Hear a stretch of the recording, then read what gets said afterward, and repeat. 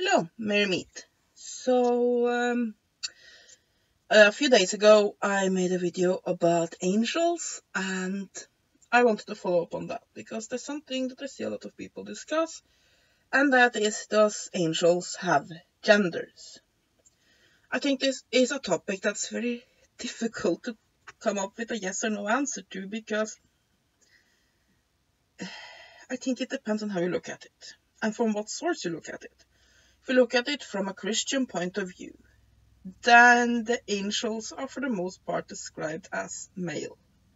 When you have the whole Nephilim story, then the angels came down from heaven. They took human females as lovers because they found them beautiful, and there was problems.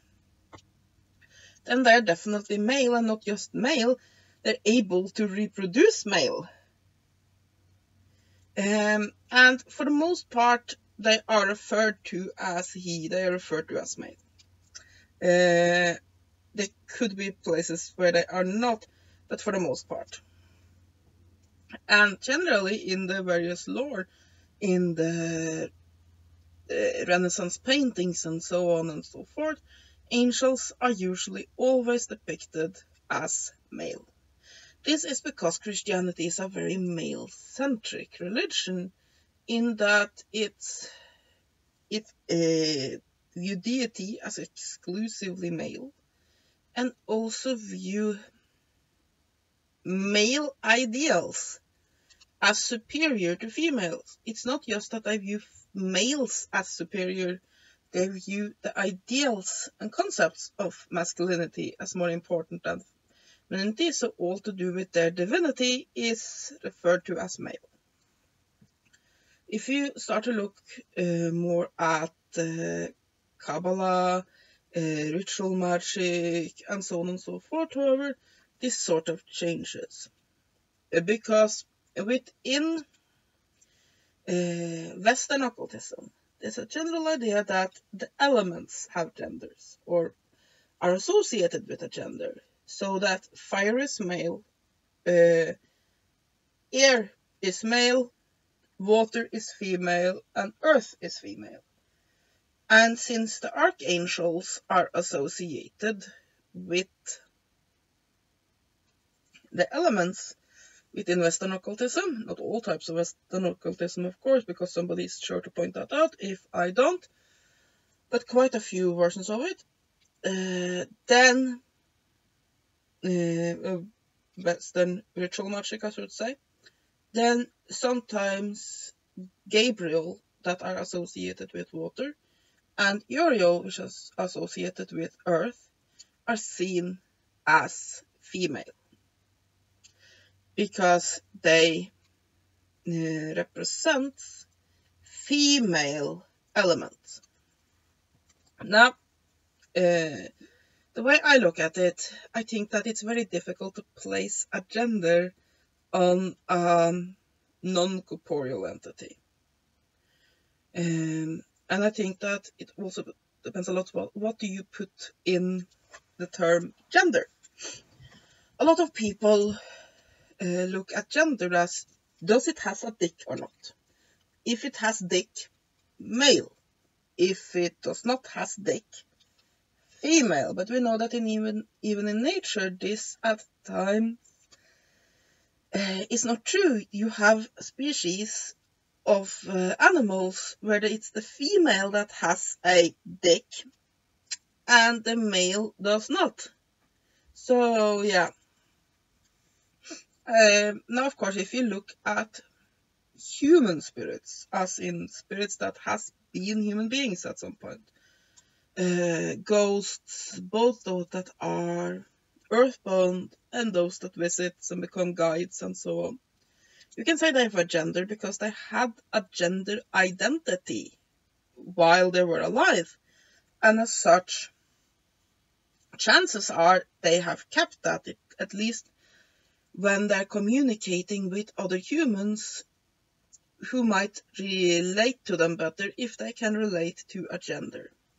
When it comes to human spirits, though I think it becomes a little bit more difficult, and I think that then you have to look at qualities and energies. Within Wiccan ideas, you have a dual system where you have basically male, female, positive, negative, light, darkness. Everything is a duality.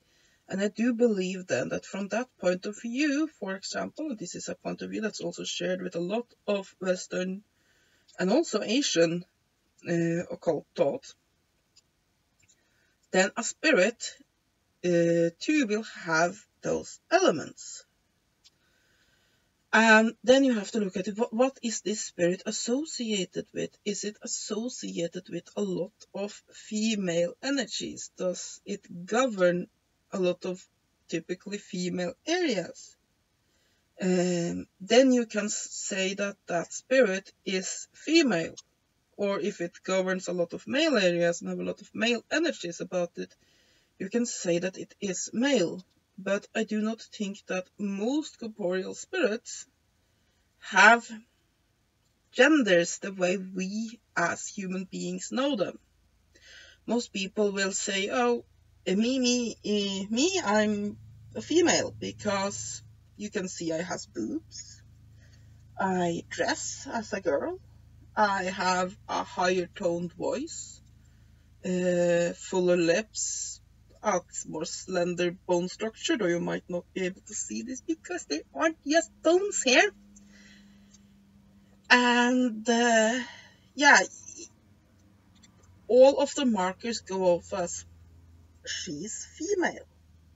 And if I took my clothes off, you could see some more markers of that. And I also identify as female. I'm a girl. Now, of course, I believe that everybody has both male and female elements to them. So that while I look like a girl, I'm born as a girl, I feel like a girl, and so on and so forth, there are also male elements within me, the same with a man. I think it...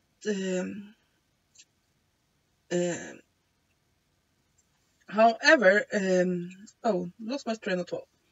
Yes, when it comes to people who are transsexual, for example, I believe that that's when somebody's spirit, mind and spirit, is of another gender than their body have. So that while all the physical markers of gender say one thing, their spirits say another, because their spirits are associated with energies and concepts that are more towards another gender than their physical one. But I believe that even there you have both in you. And I believe it's very much the same with spirits. They might choose to manifest in a way that show a certain gender, because I believe that when spirits manifest, there's two ways this happens. Either it's because we are doing it and we are then seeing what we want to see, think warlords, and it's easier for us to identify with something that looks human, and human beings have genders generally. Or they choose to manifest in a way to make it easier to communicate with us, and then they might probably take on a gender because they won't look so alien. Because let's face it, if you see something from the Cthulhu mythos stand there and talking to you, you're less likely to react well than if you see a nice handsome man. It's just the way things usually are. And I believe that when a spirit chooses to manifest, they might have easier to manifest as the gender that they associate with more. That the more typical female energies and aspects than male aspects within a given spirit, he or she or it, whatever you want to call a spirit, might choose to manifest more as female, or opposite male if you have it the other way around. So yeah, I do not think spirits, and when we are talking about angels specifically here, reproduce by having at it and giving birth to new little feather balls. I don't think that's how it works.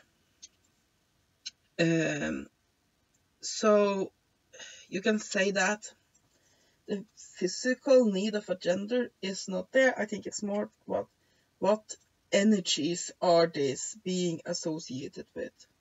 If you have an angel that's very much associated with water, with emotions, with care, with the night, with all of those things that are typically seen as female, though of course some systems call that male as and change it about, but yeah, you get my point. If it associates with what's more typically female, then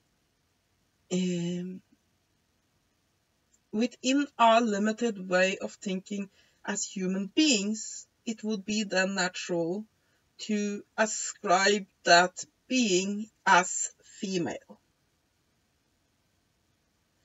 While if it is more associated with the sun, with war, weapons, protection, the daytime, those things that are more typically within our paradigm associated with masculinity, it is more natural to see that as a male spirit. However, I believe that for the most part, they don't have these genders as defined as we do. Now, I do believe that some non-human spirits do try to emulate us, and in their emulation, they identify themselves with spirits. But I think that if you come to angels that I might call higher spirits, it's more for our benefit. It's more has to do with it. This spirit gets trait by what energies and correspondences it is associated with. And as such, calling it male or female is a bit limiting. It can be useful to be able to associate with this better, be able to create a bridge so that we can sort of understand it. But I believe that on their planes, it's not as black and white as that. It's not like you have an angel here, it is male, we have an angel there, it is female. It's more that they have traits, correspondences, energies, and we might say that it has more female energies than male energies, but it's still not the same idea of gender as we human beings have. So yeah, that's my thought about it. I'm sorry this video ended up a bit rambly. I hope you all have a great day, and blessed be.